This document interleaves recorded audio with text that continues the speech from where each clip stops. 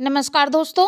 सभी जानते हैं कि जब माता सीता को अग्नि परीक्षा देने को कहा गया तो उन्होंने इस अपमान को सहने की बजाय धरती में समाने का फैसला किया। उनके आग्रह पर धरती फटी और उसमें माता समा गई। दोस्तों, लेकिन क्या आप जानते हैं कि उस समय भगवान राम की स्थिति कैसी थी? आइए तो दोस्तों, आज इस वीडियो के माध्यम से हम आपको विस्तार से बताएंगे। वीडियो को बिल्कुल भी स्किप ना करें। यदि आपने अभी तक हमारे चैनल को सब्सक्राइब नहीं किया तो चैनल को सब्सक्राइब अवश्य कर लें। चलो तो दोस्तों, आपका बिना समय गवाए कहानी की ओर बढ़ते हैं।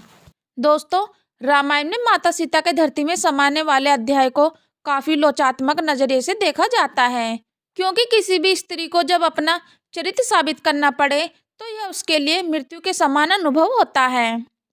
इसी प्रकार जब माता सीता को ऐसा करने को कहा गया तो उन्होंने खुद को साबित करने की बजाय आत्मसम्मान के साथ भगवान श्री राम को त्यागना चुना।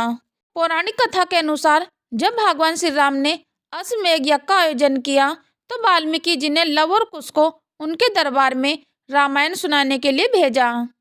सभी को भगवान राम के पुत्रों को लेकर माता सीता पर संदेह था, इसलिए सभी उनके चरित्र पर सवाल उठाने लगे। प्रजा की संतुष्टि प्रभु श्री राम की प्राथमिकता थी, इसलिए उन्होंने सीता को कहलाया कि यदि वे निष्पाप हैं तो सभा में आकर अपनी पवित्रता प्रकट करें। माता अपने पुत्रों के लिए दरबार में आई और हाथ जोड़कर अत्यंत दुखी और अपमान के साथ नीचे मुख करके बोली, हे धरती माँ, यदि मैं पवित्र हूँ तो यह धरती फट जाए और मैं उसमें समा जाऊं। उनके इस आग्रह पर नागों पर रखा एक सिंहासन पृथ्वी फाड़कर बाहर निकला। सिंहासन पर पृथ्वी देवी बैठी थी। उन्होंने माता सीता को गोद में बिठा लिया और धरती में समा गई। प्रभु श्री राम वहां विवस्था से खड़े होकर देख रहे थे।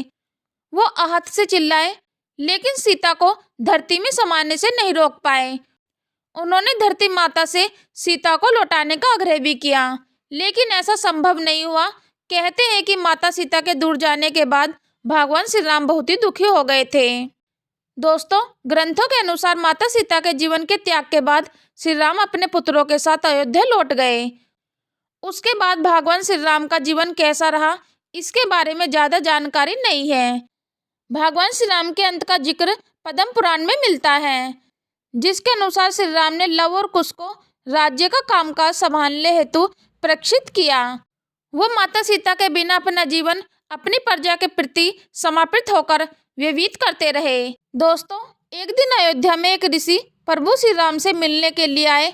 ऋषि और भगवान राम की मुलाकात के दौरान लक्ष्मण दरवाजे पर पहरा दे रहे थे, ताकि गृह में कोई प्रवेश न कर सके।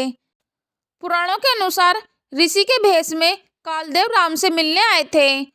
उनकी मुलाकात के दौरान ही महर्षि दुर्वासा वहां आते हैं और अंदर जाना चाहते हैं, पर लक्ष्मण उन्हें रोक देते हैं। लक्ष्मण पर क्रोधित होकर महर्षि दुर्वासा भगवान राम को लक्ष्मण को मृत्युदंड देने को कहते हैं। भगवान राम लक्ष्मण को मृत्युदंड देने की बजाय राज्य से निकाल देते हैं, क्योंकि उस समय यह अपमान भी मृत्युदंड के ही समान था। लक्ष्मण समझ जाते हैं कि उनका अंतिम समय आ चुका है, इसलिए वो सरयू नदी में समा जाते हैं। काल यानी यम की गोपनीय बातें सुनने के बाद श्री राम भी समझ जाते हैं कि उनका भी जाने का समय आ चुका है, इसलिए लक्ष्मण के बाद श्री राम भी अर्दस्य देवों के साथ सरयू नदी में समा जाते हैं। और इसी के साथ ही भगवान विष्णु के श्री राम अवतार का अंत होता है। दोस्तों, आशा करती हूँ कि आप सभी को इस वीडियो के माध्यम से पता चल गया होगा कि आखिर माता सीता के धरती में समा जाने के बाद प्रभु श्री राम का जीवन कैसा रहा। तो दोस्तों, नीचे दिए गए कमेंट बॉक्स में अपनी राय अवश्य बताएं।